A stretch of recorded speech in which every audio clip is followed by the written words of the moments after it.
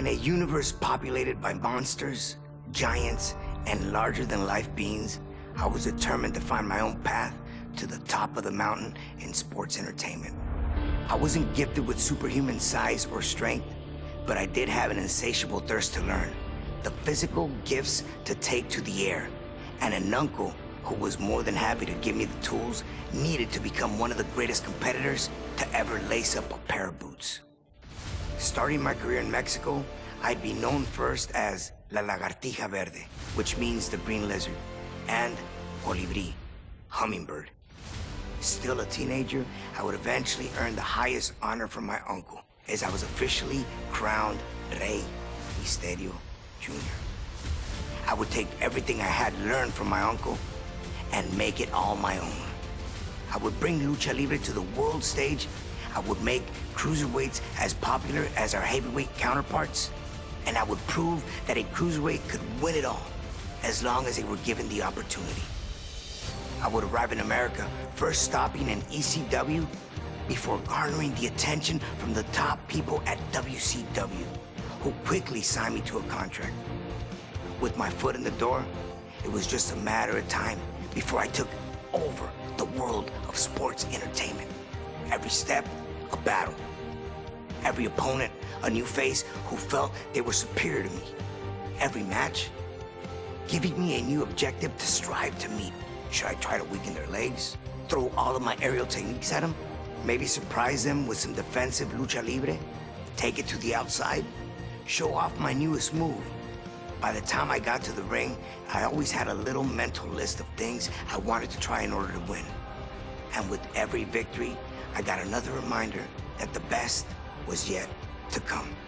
After winning WCW's Cruiserweight Championship, Cruiserweight Tag Team Championship, and the World Tag Team Championship, I would finally head to WWE to further build my legacy.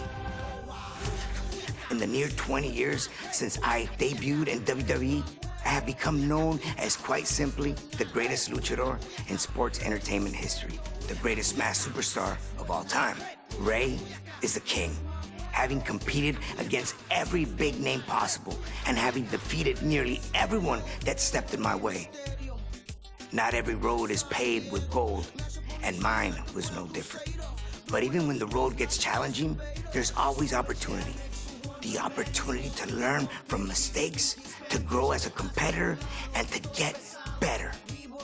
I may not have had my hand raised every time out, but there's never been a time where I didn't leave the ring better than when I entered.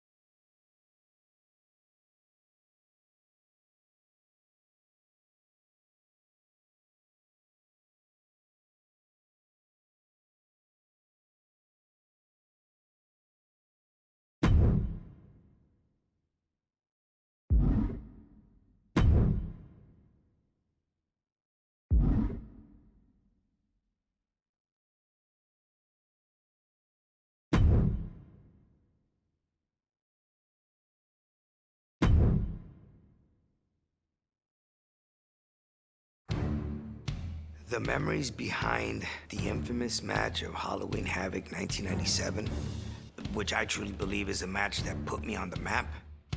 I was a big fan of Eddie growing up, so to be able to forward all these years and then eventually share the ring with him was incredible. It was an honor for me to face one of the Guerreros. Overall, that match was highly important for me. The fact that I could become Cruiserweight Champion that night and defend my mask, not have to be unmasked. You know, that was something that was really in the back of my mind. I just didn't want to go through that. They were trying to take off every luchador's mask one by one, and I was on the list. So you could only imagine the stress that had built up And for us, luchadores, it's a very prized possession. You know, this is something that I've carried since 1992. We both know, Eddie and I, what the mask means to us that carry it. So he knew what was at stake. I would never give him the satisfaction of taking my mask. Never.